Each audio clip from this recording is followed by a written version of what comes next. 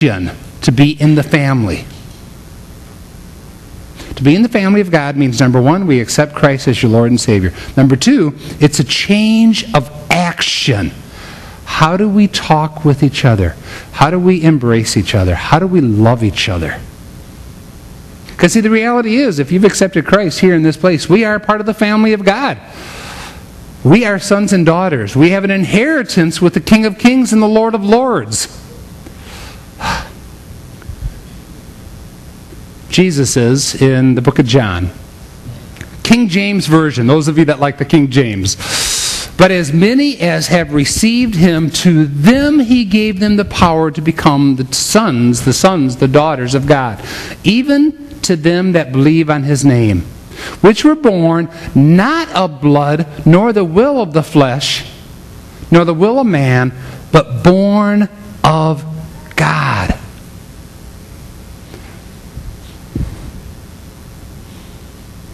Again, the adoption that the Apostle Paul talks about is the adoption of an older child who the child says, yes, I want to be adopted, and the parent saying, yes, we're going to take you.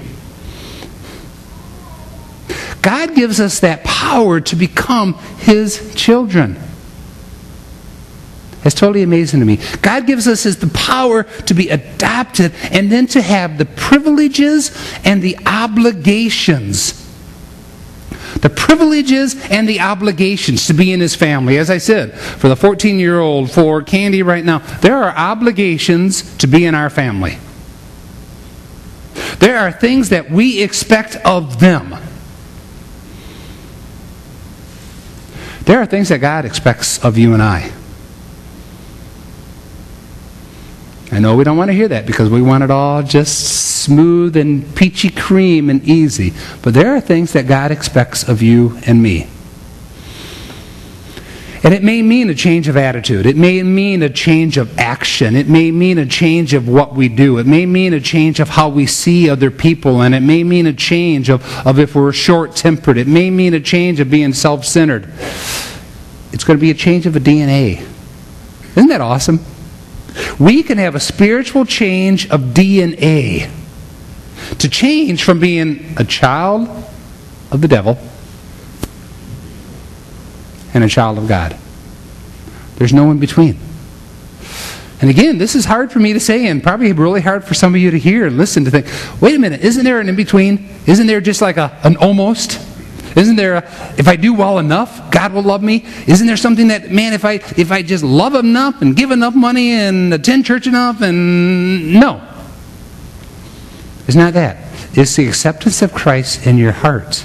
And that changes your spiritual DNA, which moves into the change of your actions. Paul says in Romans, those who are led by the Spirit of God are sons of God, for you did not receive the Spirit that makes you a slave again to fear, but you received the Spirit of sonship. And by him we cry out, Abba, Daddy, Father. I love that fact. When the disciples asked Jesus, hey, Jesus, teach us to pray, he says, pray, Abba, Father. Abba means Daddy. Again, we don't have long legal rights over these two little kids that are living with us, but I can tell you one thing. It is awesome coming home every day and having little Candy as a 4-year-old come running up to me and saying, Grandpa Greg, you're home. Ah, give him a big hug and kiss. I mean, that just, for any of you, it would melt your heart. Unless you're cold-hearted. But to have the kid do that to you, it melts your heart. Well, the Spirit testifies with our spirits that we are God's children. And if we are children, then we are heirs. See, when I got married 4 years ago, sort of talked around or kidded around with the older 3 kids a little bit. Well, now my inheritance has shifted from 3 to 6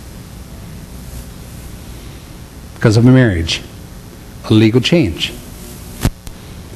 The beautiful thing of our inheritance with God is I don't get less if somebody else becomes also a son or daughter of God. You know, my family, now there's 6, and so each one's going to get less if I die. Inheritance is going to be smaller. But with God, the inheritance isn't going to be smaller. some respects, it almost grows. So Paul says we are heirs of God and co-heirs with Christ, if indeed we share in his suffering, in order that we may also share in his glory. The last passage. But when the time had fully come, God sent his Son, born of a woman, born under the law, to redeem those who are under the law, that we might receive the full rights as sons. Because you are a son, God sent the Spirit of his Son into our hearts, the Spirit who calls out, Abba, Father. So you are no longer a slave, but a son. Since you are a son, God has made you also an heir. She is such a cute little girl, Joe. And she feels so free in church. Isn't that wonderful? I mean, wouldn't it be awesome if all of us felt so free? You know? Just to be. It's okay, Joe. God gives us that inheritance of being a child of his and to be free with him. Too many of us get stuck up and we are the frozen chosen and we cannot really fully into the joy. Somebody said joy and fun. You got to have fun as a family. We can't enter into that joy and fun as a family of God because we're so stuck in our righteousness in some respects, or fear of what other people are going to think. The reality is, to be a child of God means to have fun.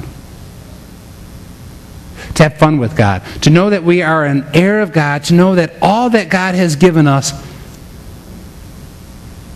is for our inheritance. And I'm trying to see where I am in my notes.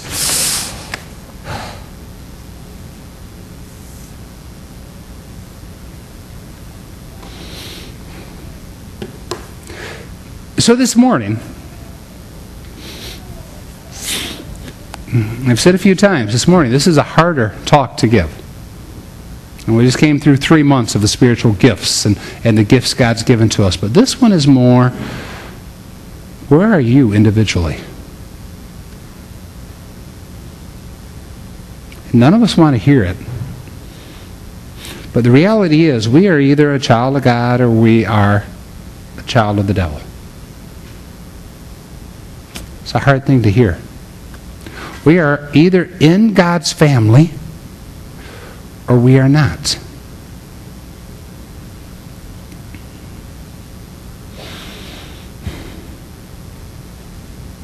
If you have not made that step into God's family,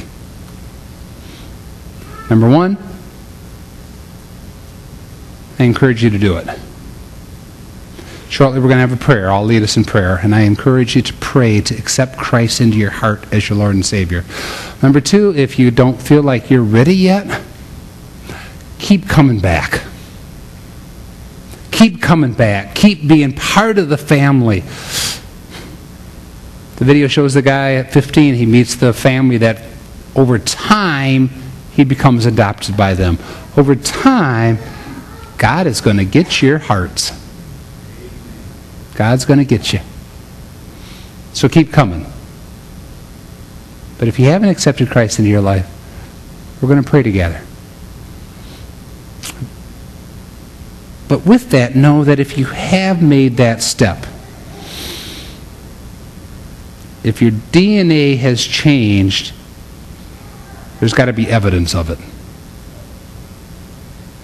I know that may sound oxymoron, like, wait a minute, you don't work to gain your salvation. And we don't. We don't work to gain our salvation. But there is evidence of the change in your life when you do accept Christ. Without the evidence, it hasn't taken place. When I do marriages, just on Friday night, did a marriage, and whenever I get done with the marriage, we sign the forms, and I typically will ask the bride, well, what name are you going to use? And more often than not, they say, well, don't we use our maiden name?